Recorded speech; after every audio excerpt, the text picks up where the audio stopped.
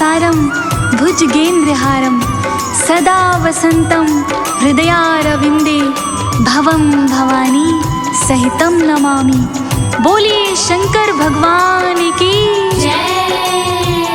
भक्तजनों, आपने देवाधिदेव भोलेनाथ की कई कथाएं वेद पुराणों के माध्यम से देखी, सुनी और पढ़ी होंगी। जैसे भागीरथ का कल्याण करने हेतु गंगा के प्रबल वेग को अपने केशों में धारण करना, जैसे सागर मंथन के दौरान निकले हुए हलाहल विष को अपने कंठ में धारण करना, जैसे ब्रह्मा जी को वेद और रावण को लंका देने की कथाएं हैं, ऐसी ही अनेक प्रेरणादायक गाथाएं हैं वेद पुराणों में पड़ी हुई।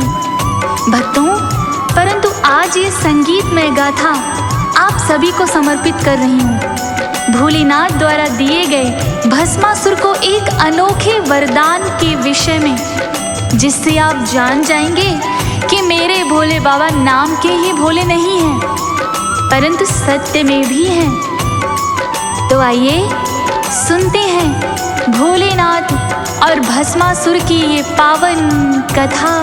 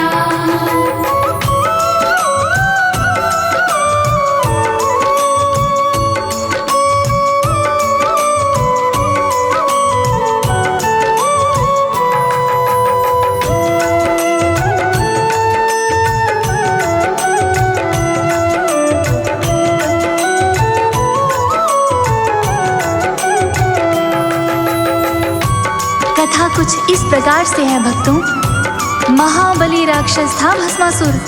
अपने तप के बल पर उसने अतुलित शक्तियां प्राप्त की हुई थी कि तभी उसने एक दिन असुर गुरु शुक्राचार्य के चरणों में प्रार्थना की कि प्रभु, मैं त्रिलोकी का स्वामी बनना चाहता हूँ, अजर अमर होना चाहता हूँ।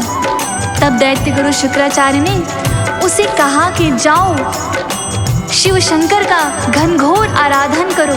पूरी सृष्टि में केवल वही हैं जो तुम्हें ये वरदान दे सकते हैं। ये सुनकर भस्मासुर ने भगवान भोले शंकर की घनघोर तपस्या की। कई हजार वर्षों तक अन्न जल सब त्याग कर एक पांव पर खड़े होकर भोलेनाथ का हठ योग किया। देवाधिदेव प्रसन्न हुए, उसे दर्शन दिया। तब वो असुर भोलेनाथ के चरणों में गिरकर क्या वरदान मांग रहा है, आइए श्रवण करते हैं।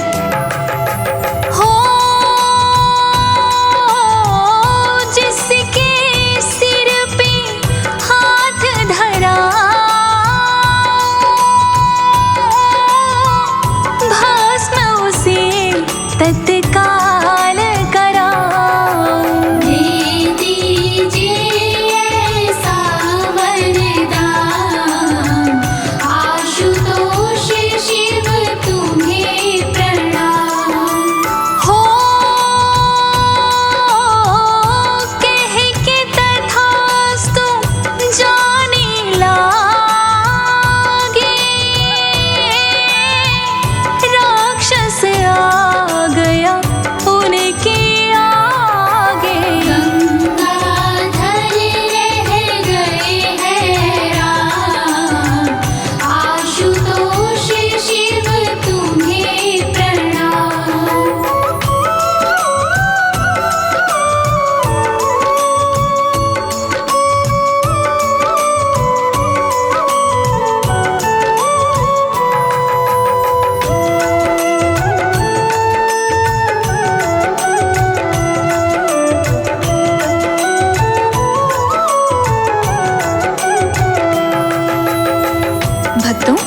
राक्षस को अपने सन्मुख देखकर गंगाधारी भोलेनाथ हैरान हो गए और उससे कारण पूछने लगे।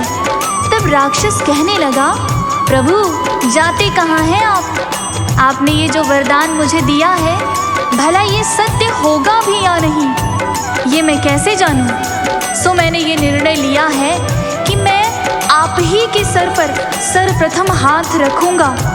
यदि आप भस्म हो गए तो मैं मान लूंगा कि ये आपका वरदान सत्य है, इसमें शक्ति है, और यदि नहीं हुए तो मान लूंगा कि आपने असत्य कहा है। भला भोलेनाथ का वरदान भी कभी असत्य हो सकता है भक्तों?